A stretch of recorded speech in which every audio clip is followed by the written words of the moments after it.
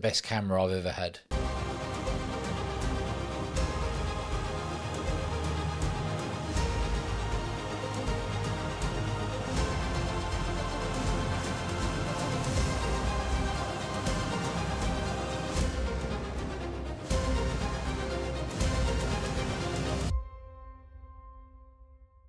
Fujifilm X100V.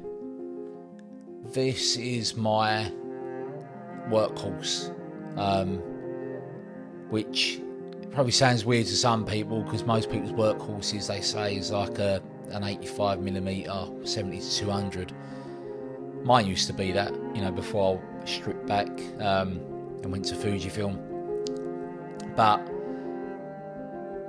this camera is the best camera I've ever had, and I'm recording this video with an X-T5, so technically an X-T5 is probably better, I would imagine. I'm not a spec person, I would imagine it is better, but at the end of the day, I would say to people that the best camera for you, the tool, is what's important to you.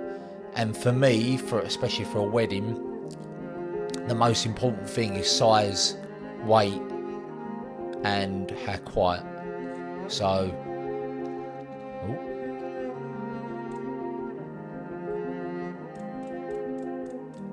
that's the shutter. I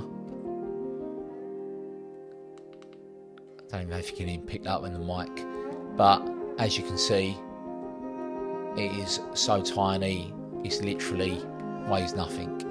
I brought the Fujifilm X100V for personal photography and for backup if my main camera went wrong. So the X-T3 at the time, the X-T3 went wrong, went in for repair. So I was using this while it was in for repair, and I absolutely fell in love with it. And when I got the X-T3 back, I was just like, no, I want to use my X100V still. It's so good. The one thing, I suppose the main negative out of everything is the fact it's got one memory card slot. And I can understand why people worry about that. I get it. You're at someone's wedding, if a memory card goes wrong. But when I shot a Nikon D750, the dual memory card slot, both of them went wrong at the same time. So it can happen. But then, you know, at the end of the day, I don't just shoot this all day. I've got the X-T5 paired and I'm using both at the same time, you know, switching them. And then I back up my photos on my break, you know, so I can do, you know, start looking at a preview while I'm on my break. So and then by the time the dance floor comes, I usually then go on the X-T5 for the rest of the night, because obviously, you know, the X-T5 is better in low light. But that's when you need it, you know.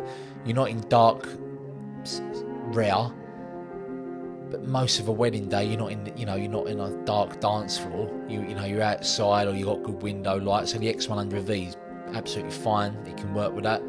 But it's the fact, you know, the reason I use it. I mean, you can see how tiny it is. I can get so close. So you know, I like working close to people. Robert Capa quote: "If your photos ain't good enough, you're not close enough." I personally 100% agree with that quote.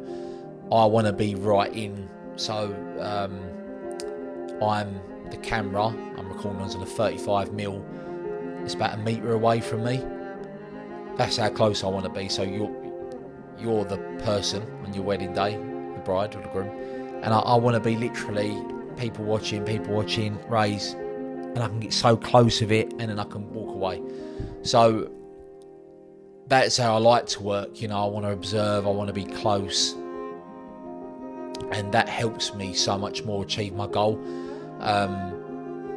It's so discreet.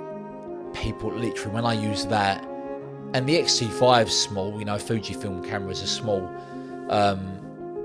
but the X-T5 with my 35mm on 1.4 35mm is a lot bigger compared to this little camera. And most of the day, you know, when was it? halfway through 2024 at the moment, sort of. Yeah, halfway. Yeah, we are halfway.